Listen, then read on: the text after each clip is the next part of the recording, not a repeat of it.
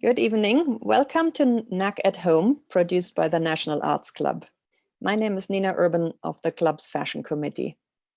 For those of you who are not familiar with the National Arts Club, we are a 501c3 nonprofit based in New York City with a mission to stimulate, foster, and promote public interest in the arts. Annually, the club offers more than 150 free programs to the public, including exhibitions, theatrical and musical performances, lectures, and readings. For more information about the National Arts Club, you can visit us at nationalartsclub.org or find us on Facebook, Instagram, Twitter, and YouTube. If you're interested in becoming a member of the NAC or would like more information, please email admissions@thenationalartsclub.org. Tonight, it is my great pleasure to welcome back Dr. Alison Matthews David. Dr. Matthews David is an associate professor in the School of Fashion at Ryerson University. She's a historian of dress and textiles with work intersecting with multiple areas, including medical history, criminology, and occupational health. She has a PhD from Stanford University and has published on 19th century dress and material culture in particular, and launched the open access journal Fashion Studies together with Dr. Ben Barry in 2018. Her most recent research project, Fashion Victims, looked at how clothing physically harmed the health of its makers and wearers. It was published as a book in 2015, was co-curated as an exhibition at the Bata Shoe Museum in Toronto, and most recently published as a co-authored book for children aged 9 to 12 called Killer Style. Her current project, The Fabric of Crime, a forensic history of fashion, investigates the theme of crime and clothing as a weapon, evidence or disguise. On that note, keep an eye on the website fabricofcrime.ca to see what is happening with her second book and with Exhibit A, the exhibition she's co-curating with Elizabeth Semmelhack at the Bata Shoe Museum in Toronto, which will be on footwear and crime and is expected to open in November 2022. Of note, Killer Style has been shortlisted for the Norma Fleck Award for Canadian children's nonfiction, considered to be one of Canada's most prestigious literary prizes. So tonight we are particularly pleased to welcome you back to the NAC, as I know you will go straight after this presentation onto the Canadian Children's Book Centre Awards at the Toronto International Festival of Authors, where the award winners will be announced. Congratulations. Thank you. Yeah, I'm very excited to hear about your research on fashion and crime. We have just recently had the pleasure to have you present on, the dangers of fashion, but also how garments can be protective, which has become particularly relevant during the pandemic. And there's a whole interesting history to that. But I am very curious to find out, how did you become interested in fashion and crime?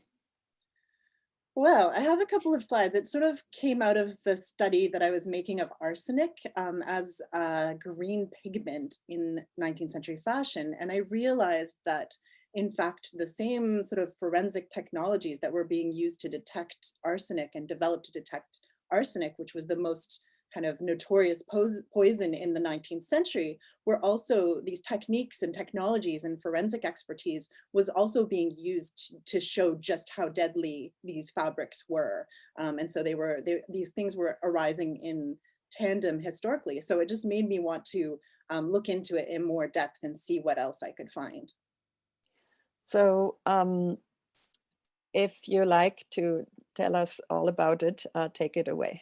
Okay, thank you. I will be pleased to do so. And I'm really, before I share my screen, I just want to also say thank you to friends worldwide and people who've helped me with this project. I'd like to say a special shout out to Nerida Campbell at the Justice and Police Museum in Australia, in Sydney, for sharing images and helping me with my research. I'd like to also say thank you to my amazing research assistant, Miriam Couturier, who with this project would not exist without her, and also to Tori Hopgood, a student at Ryerson in fashion who helped me with the website and the logo, which I hope you will enjoy. It's sort of hot off the press, but all right. So, here we are. I guess you will be able to see this on YouTube as well. But all right, so I'm going to start with her. At 26 years old, barmaid and sometimes cocaine runner Patsy Neal had style. This 1929 mugshot says a lot about who she is. It was taken by George Howard, a unique and talented police photographer in Sydney, Australia, whose mugshots look like portraits. These images have served as inspiration for fashion designers like Ralph Lauren, and you can see his lookbook in 2011 on the right for his vintage men collection, as well as for the costumes for popular BBC TV series Peaky Blinders, which in itself speaks to how crime and glamour are intertwined. But these almost 3,000 photographs, called the Sydney Specials, and mostly taken from the 19-teens to the early 1930s, are a treasure trove for the dress historian as well. With their dramatic lighting, crystal clear details from glass plate negatives, and their focus both on a close-up of their subject on the left and a full standing pose, often with a hat, because this is how you would appear on the street, you would be wearing a hat, offer an unparalleled glimpse into what people were actually wearing on an everyday basis, and how some of them use their clothing to fashion deceptive identities or to strike fear into the hearts of the public. I'll spend a bit of time unraveling this image for you because it speaks to so many of the themes that have emerged and are continuing to emerge and to come out of this book and exhibition research in progress. I'm working on this project because the unfortunate fact is that people are still stereotyped for the clothing that they wear, be it a simple hoodie, religious dress, or dress that rightly refuses to conform to norms of gender or sexuality. As we see on the news every day, clothing still matters in matters of crime and can determine who gets targeted and criminalized. Clothing, even mass-produced clothing, was and still is a powerful means of identifying individual people, how it's made, how we use it and wear it and move in it, and how our bodies interact with it over the course of its lifetime leaves indelible marks on it and in it. Clothing is not generic, nor is it anonymous. Forensic experts preferred to identify people with supposedly indelible marks on the body, like scars, tattoos, anthropometric measurements, but clothing could be equally and certainly more publicly visible as a form of identification. Though clothing is literally multi-layered and its role in crime is extremely complex. And one of the things I've discovered in this project is that crime historians haven't always liked to work on clothing, partly because it's sort of a bit of a niche expertise as well. Even though the early forensic experts were very interested in clothing, it's not something that has been looked at as much as I think it deserves to be looked at. So now back to Patsy, who spent almost 2 days in a jail cell before this image was taken. She looks disheveled but unbowed. She exudes confidence as she sports her creased woolen coat with its collar appropriately trimmed with a fur that my friend and colleague Farley Chatto, a professional furrier, assures me is called Shadow Fox. This shady vixen, which is now how I think of Patsy, also wears a polka dot silk or rayon cravat adorned with a 3-leaf clover tie pin, perhaps alluding to some Irish heritage. It's cinched around a collar that seems to be too big for her neck, and a blouse that seems to have a pulled thread in the full-length portrait. She's pinned a somewhat bedraggled bouquet of what appear to be artificial violets on her lapel. In the full-length pose, we see she's also wearing a checked knee-length skirt, stockings, and simple-heeled shoes. While we don't really notice them, those stockings played a key role in her arrest. Patsy Neal used them to hide a package of cocaine under her skirt. As with so much in crime, clothing was not about the visible, but about the invisible, the deliberately concealed, the object secreted away in a pocket, undergarment, or the hollowed out heel of a shoe. This is not what we see in the mugshot, but the newspaper reports describe how another woman, using dress to deceive, was responsible for her arrest.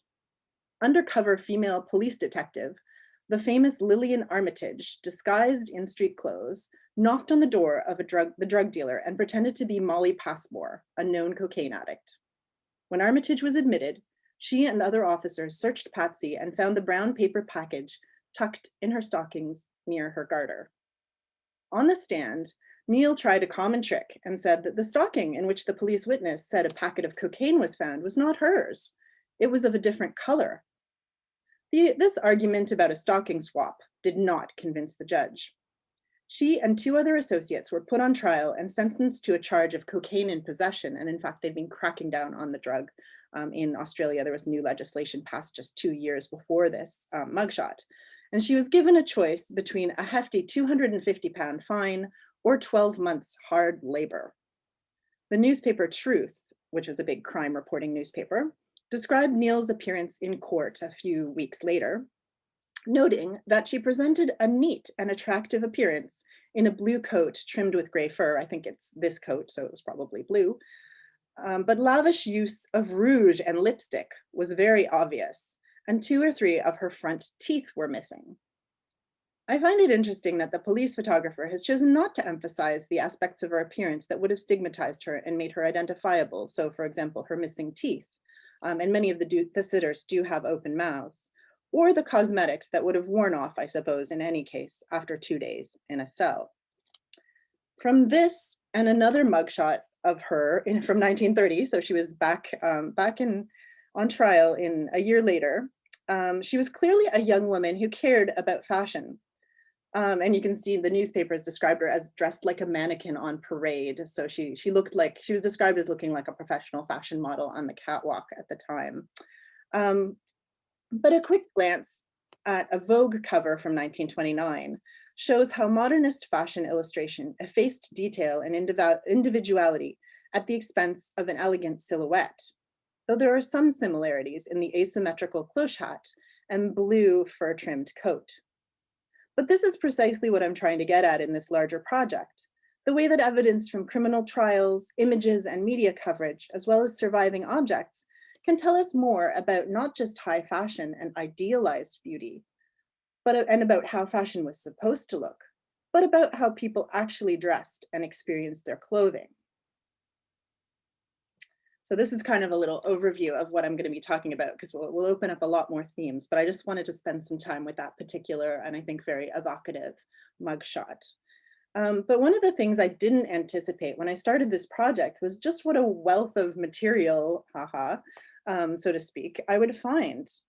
Clothing is implicated in almost every aspect and facet of crime and criminal activity. Clothing, as Sherlock Holmes well knew, could reveal a person's life story or conceal it, as Holmes was famous for being a master of disguise himself.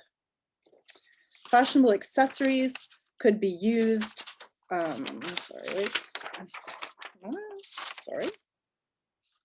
Fashionable accessories, let me just, this. As weapons, as I'm going to be speaking about, and protection. And a long trail of patents and textile innovations produced items like belt guns and a bulletproof silk vest developed in the 1890s by a Polish monk. In terms of forensics and crime scenes, the very word clue comes from textiles. A clue, or C-L-E-W, was a ball of yarn, like the thread that Ariadne gave Theseus to help him escape the Minotaur's labyrinth alive. It only started to come into use in its modern sense in crime investigation during the mid-19th century, a period which also saw the rise of organized policing and systematic detective investigations, and of course of mass-produced clothing, especially for men.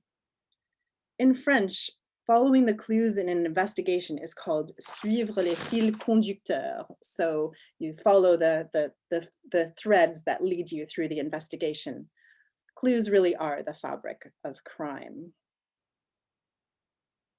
So as I mentioned before, the previous project that I worked on, Fashion Victims, the book and exhibition, really kind of took me down this path of continuing to examine a somewhat troubling part of fashion, and one that doesn't, as I said, get quite as much attention. But really, as I mentioned, studying the way that these pigments were analyzed then, and of course we analyze them in a physics lab today to sort of figure out if they were still toxic. They still contained a bit of arsenic, but kind of on the trail of sort of how forensic technologies evolved. This is how it was, and again, just understanding how that was happening really got me going. I wanted to show you the cover of Killer Style as well, partly because it's October 30th and it's the day before Halloween. So it's kind of I get a lot of coverage for this around Halloween, because as you can see, there's very much a kind of doubling here of like the idea of fashion and how it's linked with death and the vanity of human existence. I felt like maybe I should have a costume or something today, but I didn't. I'm getting it ready for tomorrow. So, so anyhow, so I guess another kind of just thing to keep in the back of your mind as you look at I'm mostly focusing on how this plays out historically, but I think it's very important because, as I mentioned, this is something that's still important today and still taking place. We have stereotypes around what a criminal might wear, what is in a criminal closet. And the focus is usually on street crime, what might be worn to rob a bank, or that kind of thing. We're familiar with the hoodie or the balaclava or a mask, again, very pertinent today, where kind of the idea that everyone's wearing a mask, so they're no longer criminalized in the same way, hopefully. And they really protect us rather than being something menacing or threatening. But and obviously the hoodie is itself, for example, it's the most generic mass-produced garment you can imagine, but of course not safe for everyone to wear. And the case of Trayvon Martin comes to mind here, and unfortunately many others. And that's obviously Black Lives Matter is a very pertinent kind of movement right now, and will continue to be. But what if we thought about sort of other forms of criminality? What if we thought about the suit or the white collar criminal, and the suit, the bespoke, respectable, finely woven bespoke wool suit as a form of disguise, as a form of criminal disguise? So these are things that I'm going to also be considering in my project, but I just kind of wanted to talk about that before we move back in history and think about how accessories, how clothing and accessories can literally play a key role in as weapons or as defense. And again, the forum for this is mostly the street, but not necessarily. And I think what's interesting about these accessories to crime is often how banal they are, and kind of how unassuming. I'm showing you two photographs by a photographer I'll come to called Rice. These are photographs he took in the early 20th century. And we on the left have a humble handkerchief, on the right a kind of seemingly banal umbrella in this sort of tableau that was photographed in Russia, actually, but they're actually much more than that. This particular handkerchief was photographed at a crime scene. It was a handkerchief used in 1908 to strangle a woman, so it was actually a murder weapon. Whereas the one on the right, the umbrella, was cleverly turned upside down, and with all this paraphernalia and kit, it was used to break into an apartment. So it was used you would drill through the floor, put the umbrella through the hole with the rope, and then it would open it and it would catch all of the debris, so that as they broke in, it didn't make noise or hit the floor. So the umbrella caught all the debris. So it was a useful, not turned up to protect you from the rain, but turned upside down to catch debris and mask the activities of the cat burglars breaking into apartments.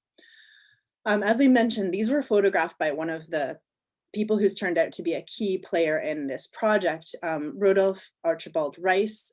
He was a chemistry pioneer, a forensic photographer, and also an art photographer, which I think is interesting, and I think that comes through in his photographs. He set up the school in Lausanne, Switzerland, at the University of Lausanne early, I think in 1906, I believe he started teaching.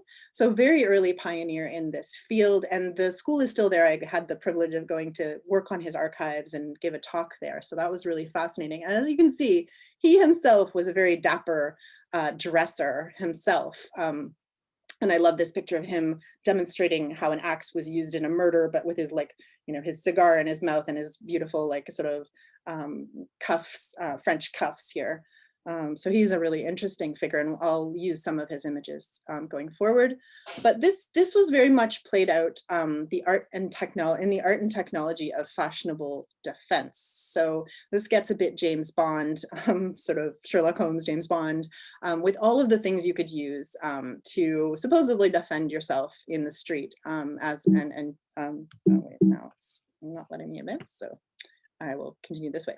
So the streets were considered a pretty dangerous place if you were middle or upper class. You really had to be careful, and one kind of example of this sort of moral panic around a particular kind of crime was in the 1850s and 60s in London. There was a spate of garottings, and that meant that someone, as you can see in this image from slightly later, one associate would try to strangle the victim around the neck, while the other one, you can see he's stealing his watch, his pocket watch, and his pocketbook, his wallet.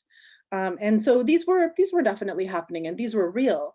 But what I think is very interesting is the kind of how clothing and how accessories were designed to protect people from this risk of garroting. So I'm showing you a leather anti-garroting collar. And these were part of the first police in London. The police in the 1840s wore these under their uniform to protect from garroting. And there were several designs. Some of them, I saw one at the Metropolitan Police Heritage Center that actually had metal spikes. So you would get a nasty surprise if you tried to garrote someone with this. And then we have Punch magazine making fun of people wearing these kind of spiky collars and all sorts of accessories to protect themselves in the street. But the fear was certainly real. And when you start looking at patents, you see this technology of protection. And I'm showing you on the top, there's an anti-garroting cravat with little spikes hidden under the silk of the tie. So again, surprise. And then same thing with the smallest revolver ever developed is this, or one of the smallest revolvers, was this patent anti-garroter revolver. And you wore it around your waist. And it was kind of like a belt buckle on the back. And so if someone tried to strangle you, you could pull that little tab on the belt, and in theory, it would shoot the person behind you. I don't think it ever actually protected someone, but I think it's interesting that this technology was developed in response to this. That was not the only technology that was developed, and this is long before sort of Kevlar and bulletproof vests today. In the 1890s, there was a rise in anarchy, attacks, assassinations, and in response, this Polish monk called Casimir Zenglin developed a new form of like weaving and layering silk in order to create a defense against pistols. And this was, publicly demonstrated. Heads of state wore it. And here we have there were lots of demonstrations with police actually shooting at him wearing this vest. And of course, unfortunately, firearms got better and more accurate, and it wasn't good for rifles. So, but it's very interesting how early this technology was developed as protection. And and then of course there was a rise in fashionable self-defense courses and techniques. So on the top, this is a kind of suggestion by Barton Wright of how to use your overcoat to defend you, to neutralize an attacker with a knife. So you just wore it over your shoulders. You didn't put your hands through the sleeves, and you would just fling it over, and using a few, martial arts as well, jujitsu, you then brought your opponent down to the ground, and you were saved. And it was kind of derived partly from literal cloak and dagger, when you had men wore cloaks, and that was a move adapted from that. But I think it's quite interesting. And then if you didn't have a nice overcoat and you were a female, here's another example. You could just use your umbrella. And here it's being shown in another women's self-defense move in order to smash her attacker's nose and break it. And this, again, I'm kind of highlighting this because it actually became a fashionable pastime at kind of elite clubs in London, the Bartitsu Club, and in fact, was kind of, again, a fashionable place to learn these techniques. And Sherlock Holmes himself, as some of you may know, was actually kind of cited as a Baritsu expert. And they think it's an allusion to this technique of self-defense that was taught combined kickboxing and all sorts of things. And when I was looking at the sword canes in the collection of the Palais Galliera in Paris, or the Musée Galliera, I just was amazed at how beautiful they were, how they had little special buttons that would release the sword. They were gilded, they were, engraved, they were beautiful objects. So these are kind of obviously something that you would carry with the secret knowledge that you had this sort of elegant weapon should you, in theory, need it. And I just love all of these. Again, I love this little gif of these guys in boater hats, just kind of in their nice suits, kicking and attacking each other and protecting themselves with these canes, with your walking stick. Although after looking at this, I thought, it seems so improbable. And yet I had to wonder when I was looking at this photograph of Rodolphe Archibald Rice with his cane and boater. I was like, I wonder if he knew how to do this. He certainly looks like the type of person who could. And he certainly went out to crime scenes and was closely worked with the police in Lausanne. Those are all very elegant accessories and kind of forms of defense. In Paris, in working class gangs were had much more improvised and less elegant kind of forms of protection in this case, or weapons. On the left, I'm showing you some homemade armor that Lia Boeuf, I don't have time to go into him too much, but he will be in the book. But he was a shoemaker and armorer, and he literally hammered shoe nails through armbands in order to create this armor, and he hid it under his coat. But he was inspired apparently by these anti-garroting collars of London. So it's interesting, the overlap, the historical recurrence of it. And on the right, it was a kind of just sheet metal vest that was found under the coat of, or under the shirt of a man involved in a knife fight. And so on the streets of Paris, and it had knife marks, but it protected him from these knife fights. So very different depending on social class, and also very different depending on what gender you belong to. So there are a lot of sort of fashionable accessories that women were used, and I'm calling them pins and needles, though there are more. But you can see this sort of wonderful caricature of the Gibson girl, the fashionable sort of new woman, and she's got her hat pin and a magnifying glass, and she's about to poke this poor supplicating man with it, and he's begging for mercy. So hat pins came into use. I mean, women always wore hats out of doors. And so, in the 1850s, you might have a nice big solid ribbon securing that. But as hats got bigger and they became these picture hats in the early 20th century, women tended to secure them with these often very pretty and ornamental hat pins. But they were also long steel spikes. And so there are lots of incidences of women using them both as weapons and as protection. And they appear in self-defense manuals like the one on the left as well. So if someone approaches you from behind, pull out your hat pin and stab him. And that actually happened on Broadway in public transportation. This older man was a woman called Leotie Blaker was visiting from Kansas, and an older man mashed her. These guys were called mashers because they would literally mash into you, and she would have none of it, and she stabbed him in the arm and he got off. And so her triumphant stabbing here in self-defense is featured in the New York News. Now, one French self-defense expert suggested that only the gigolettes would use a hat pin. It was only for working class women. Gigolettes were the sort of female counterpart of the Apaches. They were the Apache gang members. So, but if a woman were truly, bourgeois, she should probably procure a muff gun instead, or a revolver. And so I didn't know that muff guns existed, but but they certainly did. And they were these tiny little pistols. I mean, they started in the 18th century. I've got a pair of them, but they were small enough to be secreted into a pocket of your muff and used in case of attack. And muffs were very fashionable into the early 20th century. So I learned about a new weapon, a new self-defense weapon. And then, but not again, because not every woman could afford these muff guns, You might, much cheaper. If you couldn't afford it, you could buy what was called a what's called a stiletto awl in English. And it was a kind of common sewing tool. He said it was effective and cheap. It was a common tool that was used to make poke holes in and make holes in fabric for techniques like broderie anglaise that I'm showing you in the middle here. But on the right, here's an image of a young woman who was the teacher's daughter stabbing a man in the hand with her stiletto awl. So, so effective but cheap weapon for women. All right, I'm going to obviously there's a lot going on in the streets in the late 19th and early 20th century. I'm just going to switch over to thinking about clothing and how it was used at crime scenes, in laboratories, by forensic photographers as a form of clue or forensic evidence.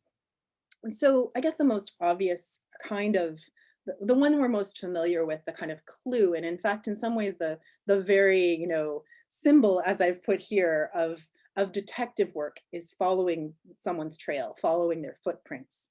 And in fact, that was a very, before DNA, before fingerprinting, that was a very important way of kind of understanding what had happened at a crime scene.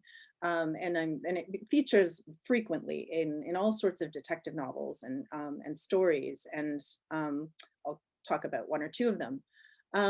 But again, before fingerprints, which were really, people understood that the fingerprint was unique before in the 19th century, and it was used in colonial administrations, but you were more likely, it was not kind of systematized and used systematically by the police until the early 20th century. And so footprints were much more likely to be found at crime scenes. This is a boot with nails on the sole from the Bata Shoe Museum. And shoes, Sherlock Holmes himself actually used footprints and footwear to solve 26, or to help solve 26 cases out of his 60. And fingerprints only feature in 7. So I think that's kind of an interesting, this is from the Boscombe Valley mystery, where he's able to exonerate someone whom they think is guilty. So he actually, the footprints enable him to identify the correct suspect and free a man who was likely to be convicted. So and you can see him here gazing at the maid brings the boots, and he's looking at the sole the pattern on the sole. This is kind of the part I've worked on the most, I suppose, of this project in terms of actually having publications on it. And I'm just showing you sort of, for example, this is an image by Rice on the top of the nails, of different kind of nails used in Switzerland in one of his cases. Bertillon, I'll talk about a bit later, he inventoried all the shoe nails used by shoemakers in Paris so that you could kind of trace who had made the shoe, and maybe that person would know their client. And then this is on the right, something I looked at in the archives of the police in Paris. It was another image by Bertillon, and you can just see how, individual wear, the way people moved, people did not replace their shoes all the time. They didn't have 20 million pairs as we might today. And so shoes were a very individual marker. And I did a little essay for a catalog from a show that I got to see last year on the history of shoes called Marché des Marches in Paris at the Musée des Arts Décoratifs. And I did a little essay on, how footwear was used to pursue criminals. And then I also have an essay called First Impressions, Footprints as Forensic Evidence in Crime, Fact, and Fiction, where I unpick how it's used in also in detective fiction, because there are a lot of crossovers. And that's in the journal called Costume. So so those are kind of things you can look at that are out there. And I mean, clothing, again, one of the other ways in which it's really important is not in its perfect, impeccable state, but as something that gets stained, dusty, dirty, holds residues. And I was thinking about this. Oh, sorry, I'm going to keep going forward. I was thinking about this today because just in October, 2 cases in the media have hinged around kind of examining cold case evidence. And of course, as you probably are aware, this idea of forensic genealogy, which is sort of a new technique. And if you think about, one was in Toronto, one was in California, they actually arrested the suspect in the first murder 50 years later. So these things, clothing can be used now, of course, but even clothing that has been kept from, decades before can be used to get DNA evidence. It's a surface for DNA, and it can be used to solve murders with new technologies. So it's not past history, but it was certainly a very revealing form of evidence in the past. And this was another collection of quite a few garments that I got to see in the Musée des Archives Nationales in Paris. And in fact, it was kept partly because it was considered an important political case. And can't talk about it too much, but it was in 1847, the Duchesse de Choiseul-Praslin was assassinated, probably by her husband, although he was never convicted because he, in fact, committed suicide using arsenic before he was put on trial. But you can see, I mean, they kept everything. It's got its original evidence tags on it, and much of it is still, there's her night bonnet. This happened in the middle of the night, so it's clothing that we wouldn't have otherwise. It was kept because it was used in this as evidence. It was seized by the police, and because these things would not be in museums, but they're kept as evidence of crime. And they're what people would have. You've got a smoking hat. You've got his bathrobe, her night bonnet, which was very disturbing. It was soaked in blood.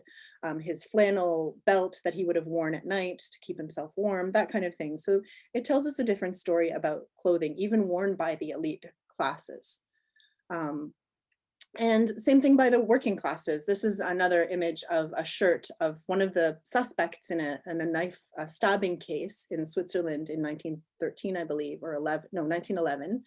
And you can see it's just a workman's shirt, but it's not only evocative as an object itself, and he suspected that the person had wiped the knife on the sleeve. You can see some marks on it, but he also did this kind of, I'm not quite sure what it is, but it's sort of like a triangulation to understand where the blood spatter was, where not, like where it might have, what might have happened based on this shirt as evidence.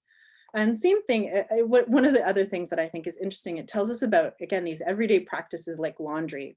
And one of the big problems was that men who got blood on themselves, or, they would try to wash it off, and they would wash it off often with hot water because they'd never done laundry before. They did not understand that you wash blood in cold water if you don't want to fix the stain, which again would not be a problem when most women understood how laundry worked. And blood.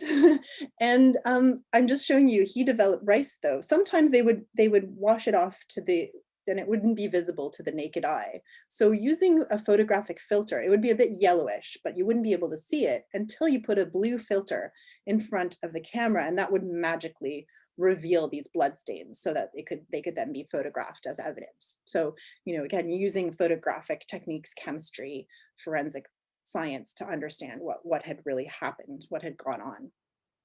And then same thing, I mean, he used clothing in a lot of different contexts.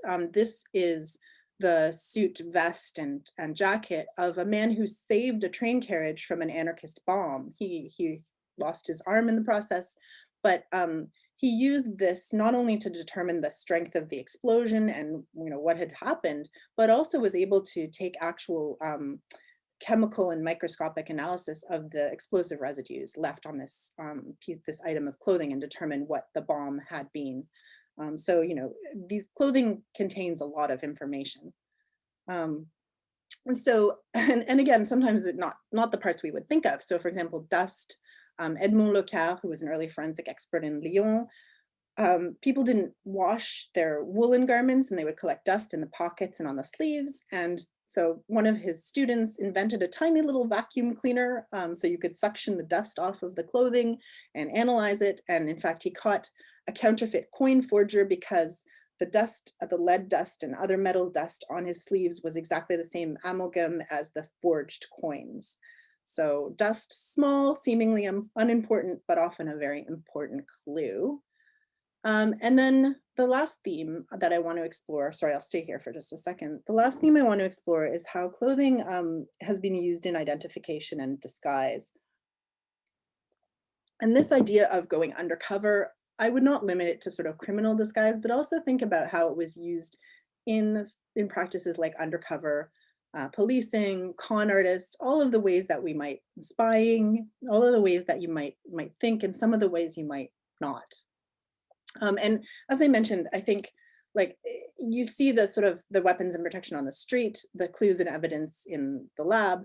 Disguise is, as one kind of writer about it, disguise is situational. So you have to disguise yourself for the situation you're going into. And that could vary. So there's no fixed address for disguise, kind of by its very nature. Um, I think one of the reasons why crime historians haven't looked at clothing so much is because, as I mentioned, they preferred to something that was fixed, or that they hoped was fixed. So this kind of new form of scientific policing that arose, mostly to be able to catch what they called recidivists or professional criminals who were coming back but going under different names and aliases, was to measure them, and also to systematize the mugshot and eventually fingerprints as well. And so clothing is problematic in this situation because you can change it.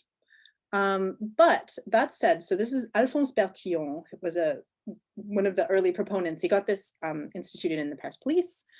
Here he taught courses to police around the world, and they adopted his system, many of them.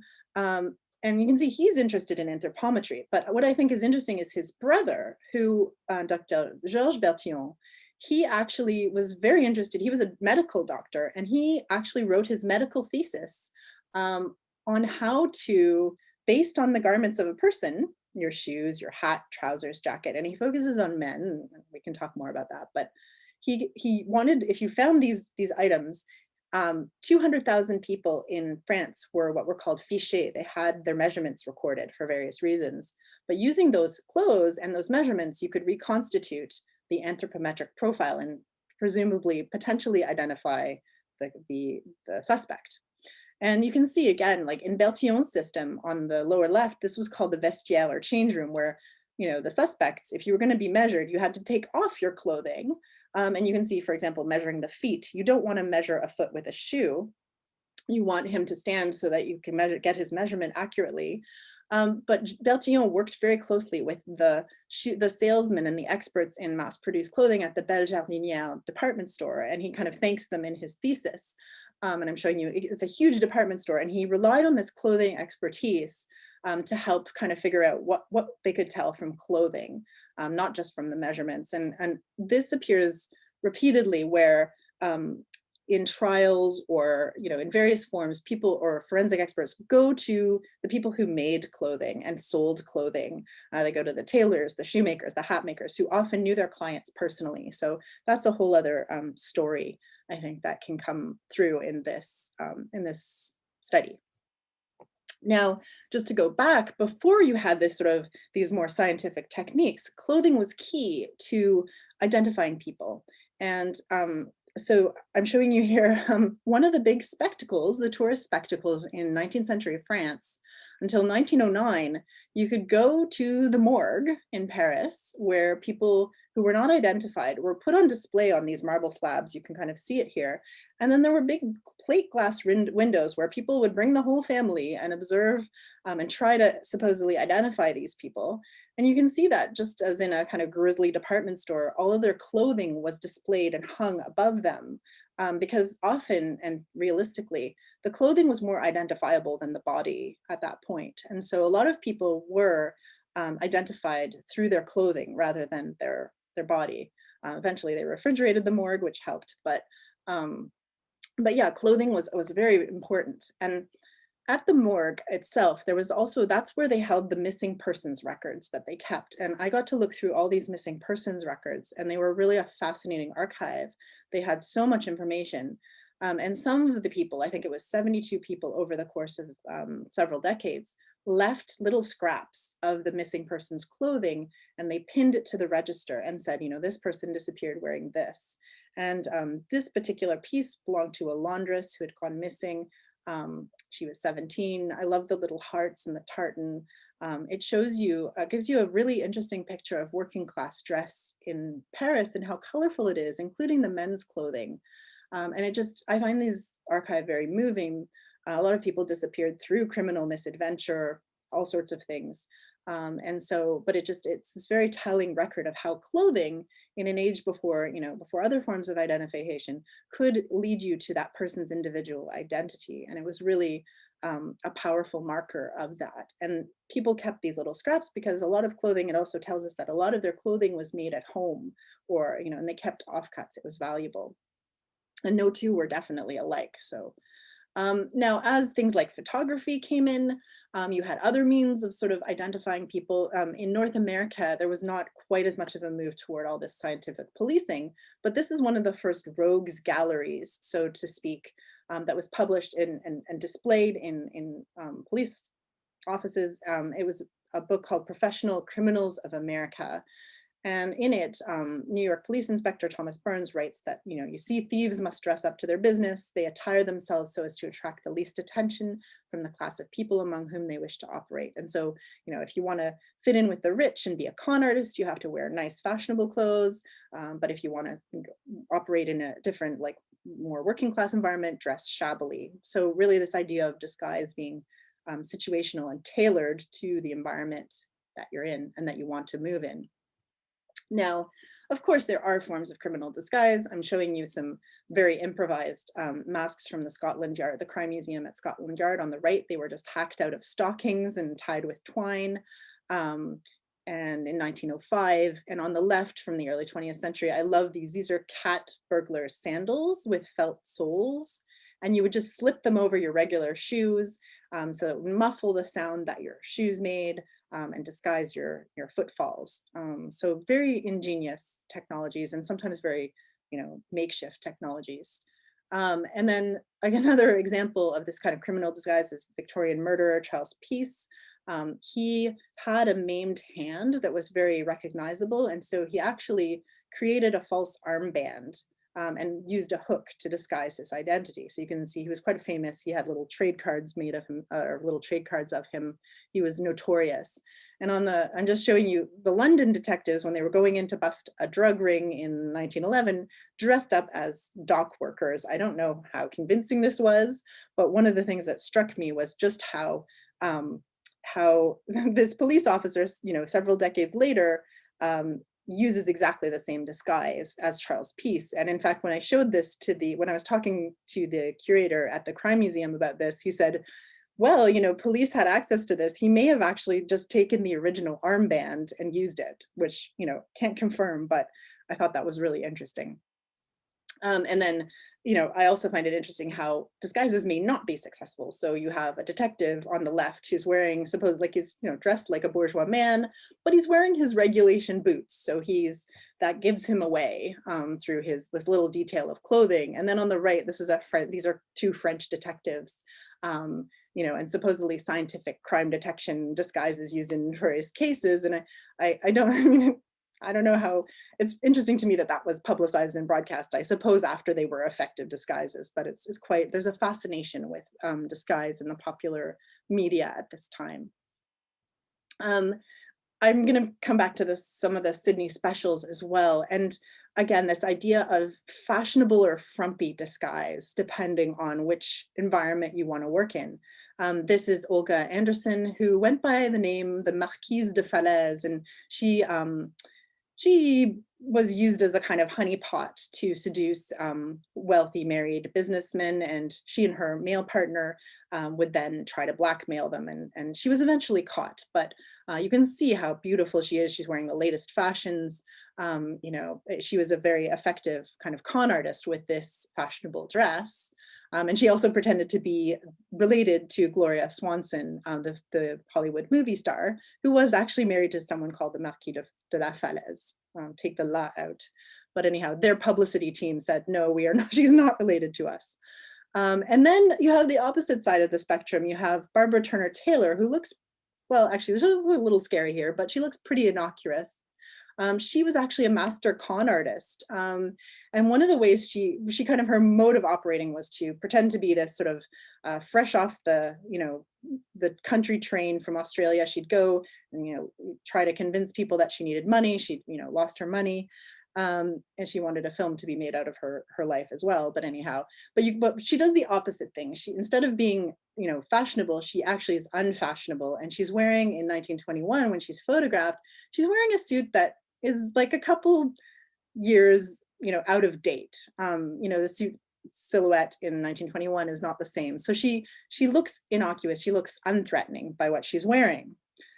And then my last special is Louis Sterling. His nickname was the Count, and he was an actual international con man, although he settled in Australia and became a bank robber also.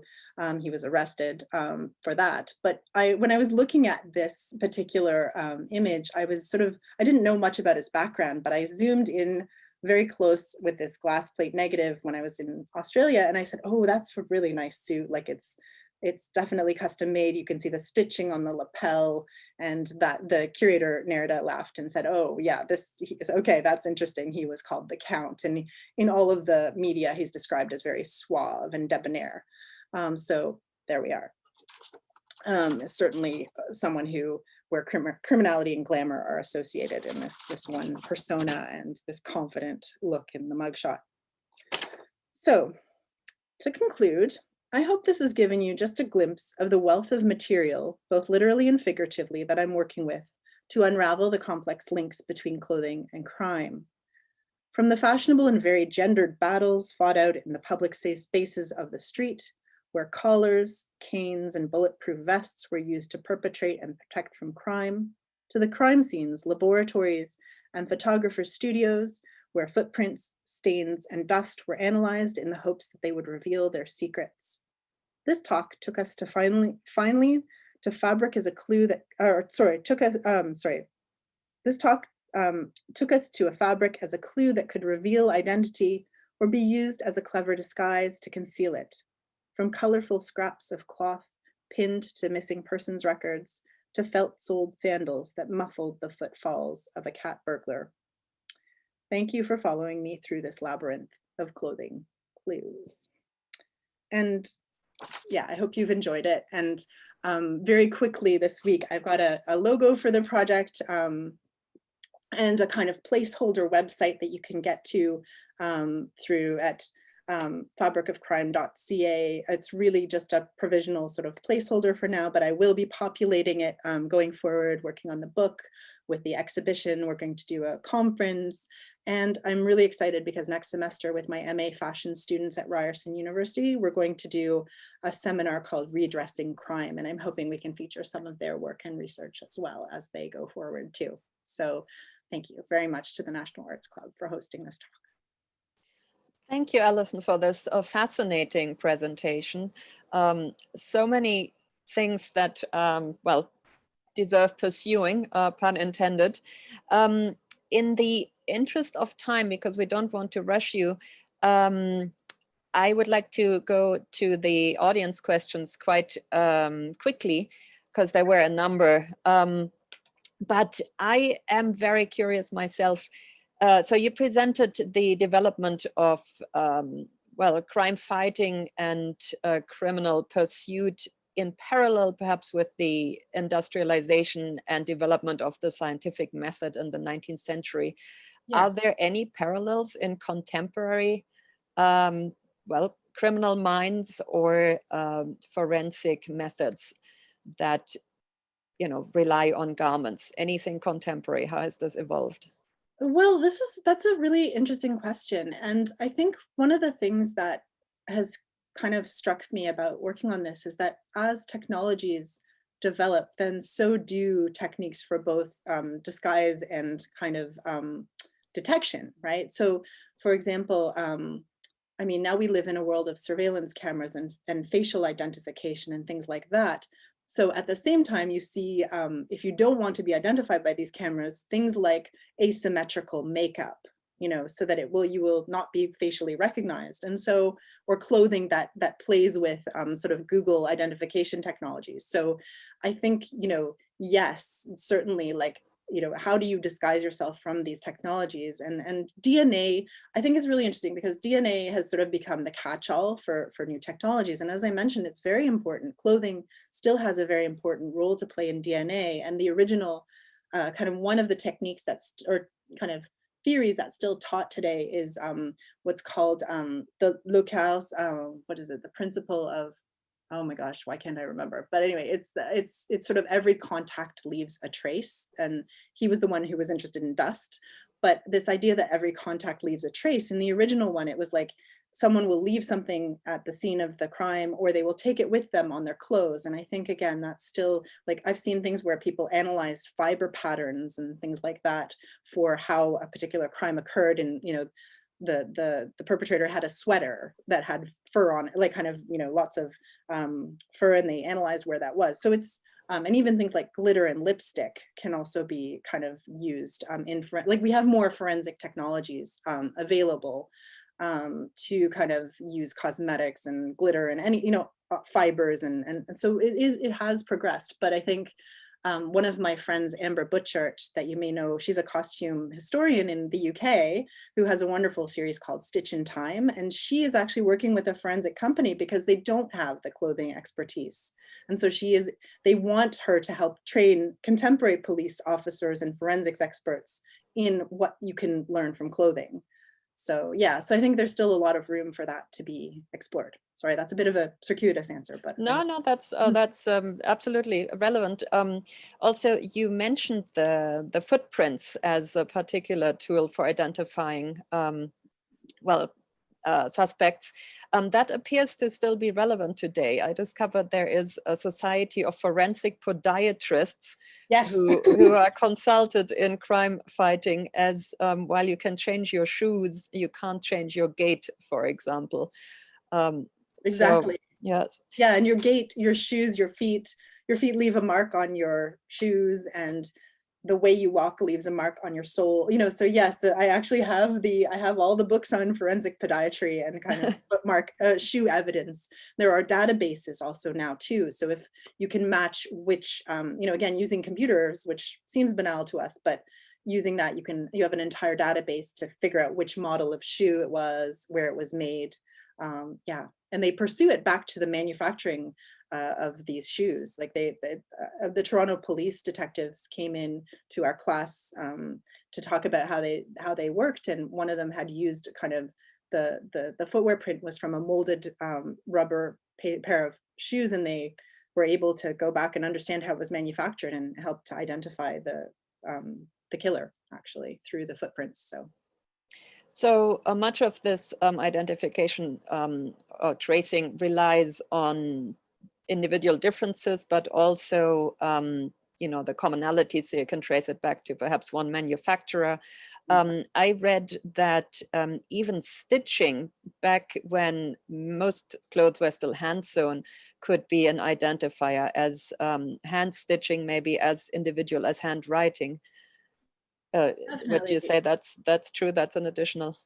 Definitely. I mean, if you think of a society where not everyone was literate too, stitching was a form of language. And so a lot of the material I look at is from court transcripts where people do identify, I sewed that with my hand. Or I have a case of a tailor in Paris who was a serial killer, and, every clue has to do with identifying stitches and identifying the victim who was anonymous. And through the stitches, through the initials, in the missing persons records, people would sew the initials for laundry, so to recognize their things. And so those things become markers of who this belonged to. So stitching was incredibly important. Right.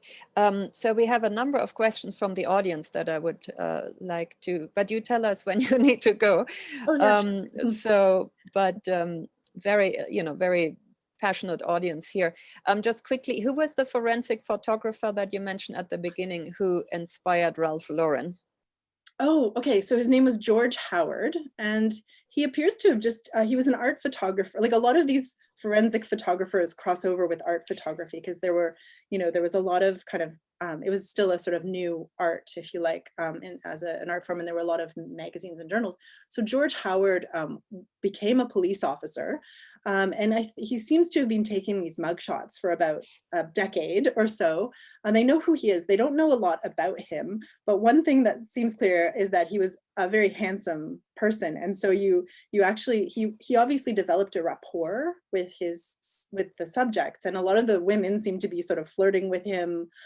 He really let them pose. It's the opposite of a traditional mugshot in that, Bertillon standardized it. You had to be, at this distance from the camera, and there was no room for personality. Whereas George Howard photographed them as they were and in the postures that they adopted in daily life, which in some ways actually makes them more recognizable. Like if you're going to identify someone on the street, if they're just in their street clothes and in the pose that they usually adopt, then I think it's in many ways more telling. And those photographs were cut out and put in registers. So police would go through them, kind of, getting familiar with who was out there and who they were and what they looked like. So. Yes. Okay, let's see here. As a comment, and there was actually a comment by several people in it, I remembered it as well. This Victorian self-defense is still popular today. Oh, very cool. I'll have to take that. So there used to be a Bartizzo group in New York City, and if you ever go to any steampunk convention, there will be classes on cane fighting. Okay, I'm there. Yes. I need to learn how to cane fight. I used to do fencing, so I also take a personal interest. Yes. So some people are wondering about the changing silhouettes in women's fashion and different ways women adjust to those fashions when carrying out crimes. For example, when skirts became slimmer, would it be harder to hide items in their pockets or skirts? I think that relates back to, why was there such a particular glut or blossoming of contraptions and self-defense methods during the Victorian times? Definitely, and women were out in public more as well. Like it's, they were taking public transit, and so, just if you think about, there's been a lot during the pandemic about the hoop skirt or the crinoline kind of keeping people at a distance. And when you had clothing that was more fitted to the body in the early 20th century, what do you do? What do you use? Your hat pin, right?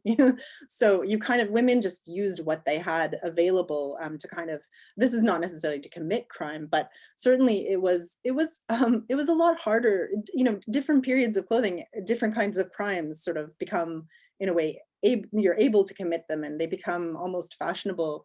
So for example, like women were notorious, again, muffs for stealing things, hiding them in muffs, hiding them in skirts.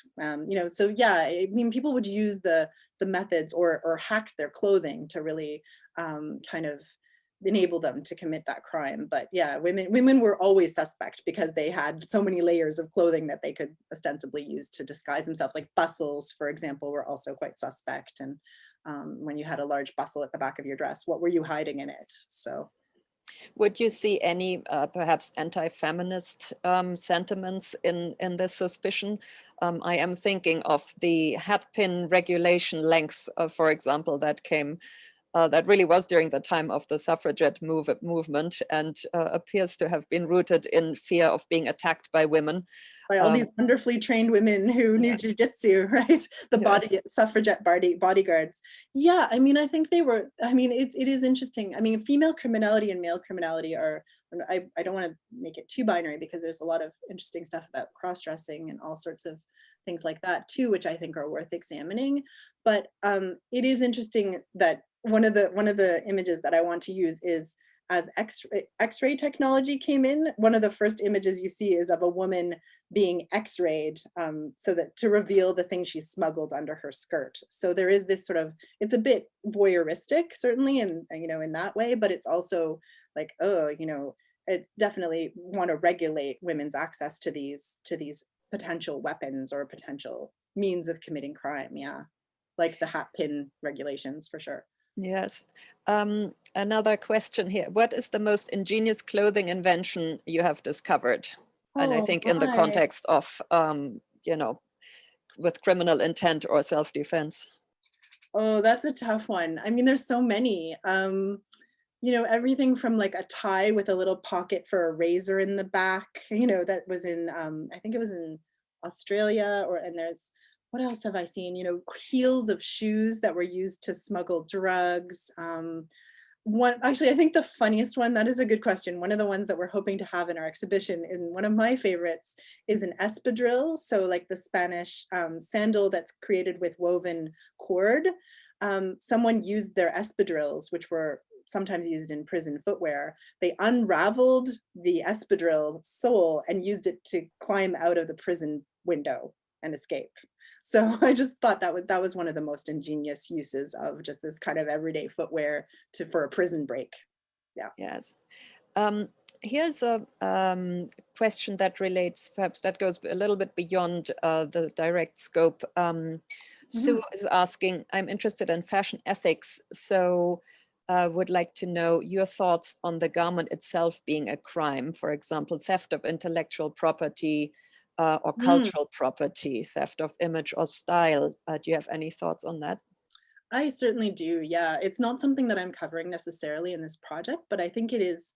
It's a really, it is interesting in the history of, because I'm a historian, I'll speak to it. It's certainly something that's happening now, and there are actual fashion lawyers, as some of you know, Right. like we're actually teaching a fashion and law class in our master's course right now, but that is taught by a professional lawyer who works on things like this intellectual property protection. But it was my favorite example, I suppose, historically, was couture is confusing in some ways because of course it was meant to be these authentic original luxury products, but then the designs were sold to be mass produced.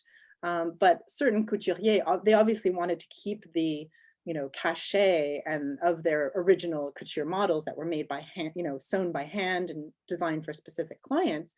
And so someone like Madeleine Vionnet in the early 20th century, there's some great pictures of her. If you look them up, in France, protection was quite robust. You would photograph your models and from three directions. So you could know, you would déposer, you would put it, you would kind of submit it to the government and they would protect your design.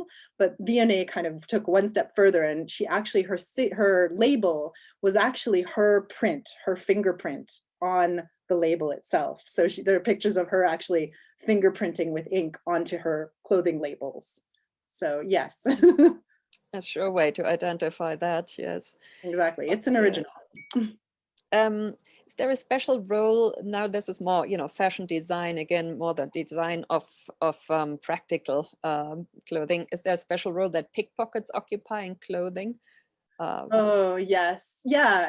I mean, there's actually a wonderful book that just came out a year or two ago called uh, On Pockets. And now I think it's called, anyway, it's by Barbara Berman and Ariane Finetto. I think it's just called The History of Pockets. I came out with the University Press, and they did a lot of, like, pockets used to be things that you would actually hang from your skirts. And so people would cut them off and steal what was inside. And so, yeah, they did a lot of, I recommend that book if you're interested in pockets and pickpocketing, because it really, and it's, this, I mean, as pocket design changed, yeah, you had to protect, there are lots of patents for pockets that couldn't be pickpocketed as well in the 19th century. So certainly, I mean, pickpockets were common, and that, how you would get into the pockets and how you would protect your things is something that's really, definitely part of the whole kind of cat and mouse sort of game, I think, in terms of clothing. Yes. But I recommend the book On Pockets. It's Yes. great. You did mention Peaky Blinders, a very stylish television show that was inspired by the Sydney specials. Can you say a little more about the fashion therein? I can try. I mean, I think what's interesting, like I was reading, I mean, there were several different costume designers for that series, and I know one of them in particular used those photographs, because we don't, like, you can't go to a museum and see these garments, these working class, mostly, even though these criminals look very well dressed to us, and they're still, like, many men would have just worn these tailored suits. So in terms of serving as a model, I mean, I think you can't really get vintage clothing that would have been similar. So, when you have a photograph like that, it gives you so much information and detail that you can reconstruct like these fabrics and, not the colors necessarily, but it gives you this fantastic source, I think, for how these things actually looked on the body as well, right? Um, and how they move, not how they move. They're stable photographs, but you can see how people move by the wrinkles, by the, sort of the way the clothing is worn. So I don't have I have not really, I don't know that much about costume design, but I think it would be really interesting to do an exhibition where you actually also tried to, I love historical reconstructions of clothing. And I think what was missing, I went to the Powerhouse Museum in Sydney to see what there was, and there was some stuff. But you would have to, if you wanted to kind of recreate the outfits in the photographs, I would want to work with someone who is an expert costume designer and like historical recreator of costumes, so dress. Yes. Speaking of costumes, can you think of a particularly fascinating moment when crime was actually committed in fancy dress? Oh gosh, yeah, actually, crime in fancy dress. I don't have a good example actually that's coming to mind. Sorry, I'll keep an eye out for that. But I mean, I guess if you're already at a masquerade ball or something like that, it might be all the easier to do that. No, I don't have an example offhand, but I'm sure if anyone else does, please let me know. Okay. Any favorite disguise of Sherlock Holmes? Oh gosh. Oh, I love Sherlock Holmes. I love all of his stories. I can't think of anything specific offhand. I love how it's sort of, I love that storytelling around disguise. Like there are many, it becomes a kind of common literary motif, these masters of disguise. And I've been reading Fantomas, which is kind of the French, in this ghost-like, ever mutating kind of criminal that they can't kind of get a hold of literally. And so no, I don't have a favorite one. I do have a favorite Sherlock Holmes moment, because when I was researching in Switzerland, there was a Sherlock Holmes society there, and Conan Doyle's son actually recreated a whole tableau of Sherlock Holmes's study. And I had a very surreal moment where, and he used a lot of the things that had belonged to his father, Sir Arthur Conan Doyle. And he was like, "Do you want to go in?" And so I had this very surreal moment where I walked into the backstage of his study, and I was sort of like in Baker Street with, all sorts of props, that some of which were authentic and kind of from the author anyway, not from Sherlock Holmes. But it was quite amazing to walk into this sort of fictional space of Sherlock Holmes. That is amazing. I think this will certainly inspire everyone to reread Sherlock Holmes stories again. I do want to be conscious of the time. The one other thing, sorry, I yeah, just wanted yeah. to say too, the one other thing that I found interesting was how many of the forensic experts, like Locard, for example, in Lyon, a lot of them wrote handbooks for authors, for detective novelists, and kind of explaining the latest forensic techniques to them so that they could incorporate them into their novels as well, like deliberately, like here's forensics for novelists. That makes complete sense, yes.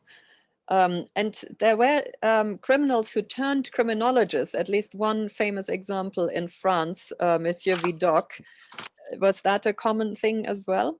Yes, I took out my Vidocq slide, but it's really, yes, of course, like someone who, as detective, like there were sort of obviously uniformed police forces that came often first, but people realized that police needed to go undercover. So Vidocq himself was most famous one, and he and his former associates, criminal associates, became these sort of undercover detectives and they understood those criminal media, like, and they knew how to dress for them, they knew how to speak in them, which is why I wonder why if some of those other detectives kind of dressing up as dockers were probably less convincing, because it's not just the clothing. But yeah, no, it was not necessarily common, but certainly I think there was quite a lot of bending of the rules as to sort of like what side of the law you were on, in order, and it was very effective. Like again, like Lillian Armadale, I think the idea that you would have to dress to become to enter that milieu was a common one. And I wonder what that felt like. You know, what if you inhabit, in fact, I read one article on sort of women who were vice police officers in the US, and they dressed up as sex workers. And in fact, they saw firsthand the kind of abuse and violence they were subject to. And it actually gave them a lot of empathy for the people that they were impersonating. It wasn't just a, you know, it isn't just a theatrical act. It actually, you're in that space, you know, for real. Yes, I think there's a whole sociological and psychological domain that we could talk about and explore for much longer, but I think we are out of time. Thank you so much for this fantastic and fascinating presentation. We are looking forward to your book and to the exhibition. I highly recommend to visit the Bata Shoe Museum when that is possible again. Exactly, it's open, but yeah. But not traveling is complicated. Yes. So thank you so much. Good luck with the award. And as everyone, for everyone again, you can find links to Allison's books in the comment section. And if you want to find out more about the National Arts Club, go to our website or the social media accounts. Thank you everybody for attending. And can I say thank you to you for all of your comments. Haven't been able to keep a full eye on it, but I would love to meet the current costume designer, fellow Allison McCosh, if possible. That would be great. And anyhow, but thank you for all your comments. It was a bit, I couldn't follow them, but hopefully I can be sent the comments as well so that I can see what your questions were. So feel free to get in touch. Okay, great. Thank you so much. Thank you very much, Nina. Thank you to the National Arts Club.